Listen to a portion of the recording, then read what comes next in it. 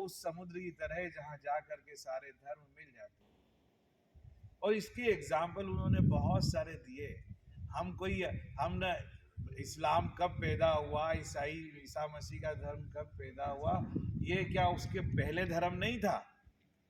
क्या उसके पहले सत्ता नहीं थी? क्या उसके पहले भगवान नहीं था? उन्होंने बड़ा एग्जाम्पल से समझाया। आप लोग न्यूटन के 3 लॉ पढ़ते हो, गुरुत्वाकर्षण के नियम है ना, तो क्या बताओ, न्यूटन पैदा नहीं हुआ था, उसके पहले क्या धरती गुरुत्वाकर्षण के सिद्धांत में नहीं चलती थी? क्या दुनिया में गुरुत्वाकर्षण नहीं था? क्या न्यूटन ने सिद्धांत दिया वो जड़त्व का नियम की कोई स्पेस में कोई मास जिस स्थिति में है वो वैसा ही उसका मोशन रहेगा, गति करता रहेगा जब तक कि कोई फोर्स उस पर काम न करे?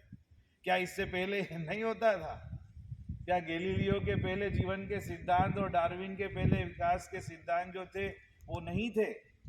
मतलब पहले भी जैसे ये गुरुत्वाकर्षण कब से जन्मा और कब ये खत्म होगा इसको कोई बोल सकता है? कोई साइंटिस्ट नहीं बता सकता, है ना?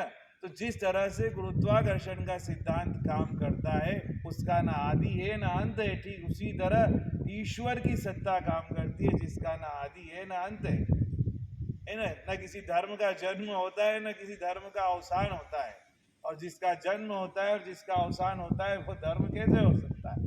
वो ईश्वर कैसे हो सकता है? बड़ी छोटे छोटे एग्जाम्पल के माध्यम से उन्होंने ये चीज समझाई।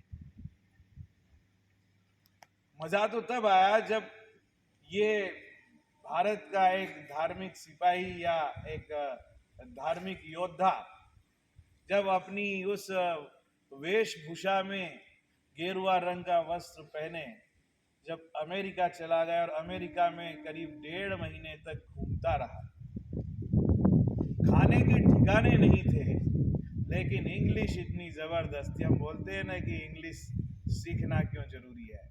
स्वामी विवेकानंद ने जो भाषण दिया था वो हिंदी में नहीं दिया था, हिंदी उस समय इतनी विकसित ही नहीं थी।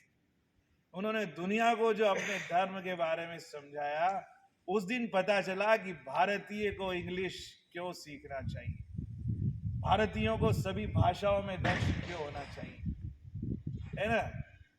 तो जब ये गए तो इनको तो मौका ही नहीं दिया गया बोलने का। लास्ट डे धर्म संसद, रिलीजियन पार्लियामेंट अमेरिका में चल रही थी उस समय, इनको बड़ी मुश्किल से कि भारत का कोई रिप्रेजेंटेटिव, हिंदू धर्म का, सनातन धर्म का कोई रिप्रेजेंटेटिव उस वर्ल्ड रिलीजियन पार्लियामेंट में प्रेजेंट नहीं था।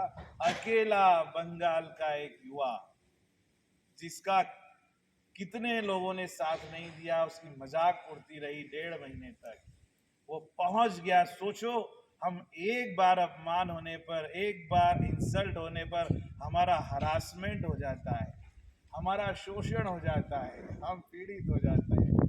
कितनी बार उस युवा का हरासमेंट हुआ होगा, कितनी बार उस युवा के मन को तकलीफ पहुंची होगी, कितनी बार उसका अपमान किया गया होगा, फिर भी वो अपनी बात उस धर्म संसद में कहने के लिए दृढ़ रहा और अल्टीमेटली उनको 2 मिनट का समय, 1-2 मिनट का समय बोलने के लिए दिया गया। ठीक है, बोलो, तुम क्या करोगे?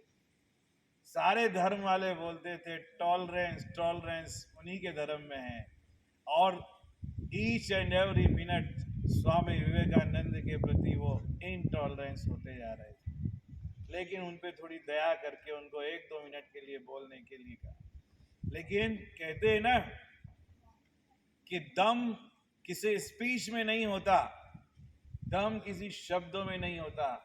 कभी कभी कोई स्वामी विवेकानंद जैसा युवा जिसके मस्तक पर प्रभाव होता है, उसके बोले हुए 2 शब्द भी दुनिया को अपना दीवाना बना सकते हैं।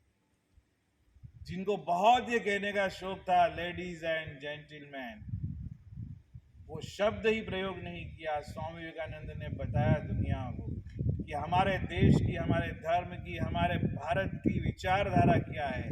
उनके पहले 3 शब्दों में प्रकट हो गई, अमेरिका वासी मेरे भाइयों और बहनों। जिन्होंने अपनी जिंदगी में वो शब्द कभी सुना ही नहीं था कि कोई उन्हें अपना भाई बहन करके पुकार सकता है। आप सबने देखा होगा जब आपके शिक्षक आपको बेटा कह के बोलते हैं, जब कोई आपको दुनिया में सब कुछ दूसरी चीजों के लिए बोलने के लिए तैयार रहते हैं, कितने लोग होते हैं जो भाई और बहन का भाव रख के, मन में वैसी कर्तव्य की भावना रख के बोलते हैं।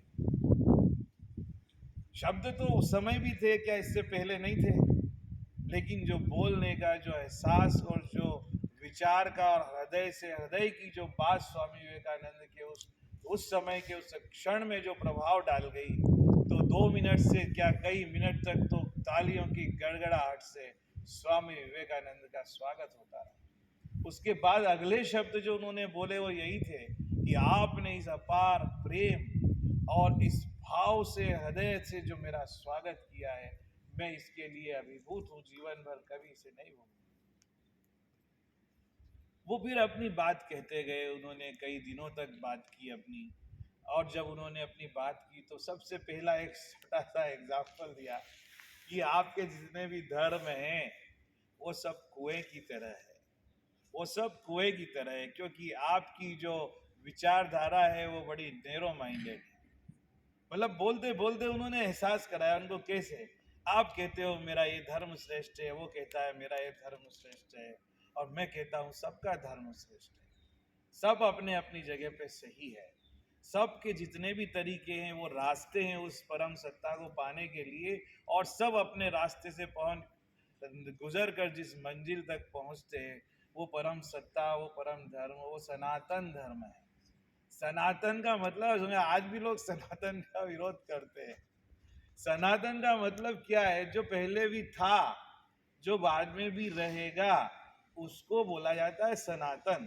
तो ये किसी धर्म का शब्द है क्या, इसको इंग्लिश में ट्रांसलेट कर लो तो जो आएगा गूगल पे ट्रांसलेट करो तो वो कोई धर्म है ही नहीं एक तरह से। उन्होंने ये एहसास कराया सनातन धर्म क्या है।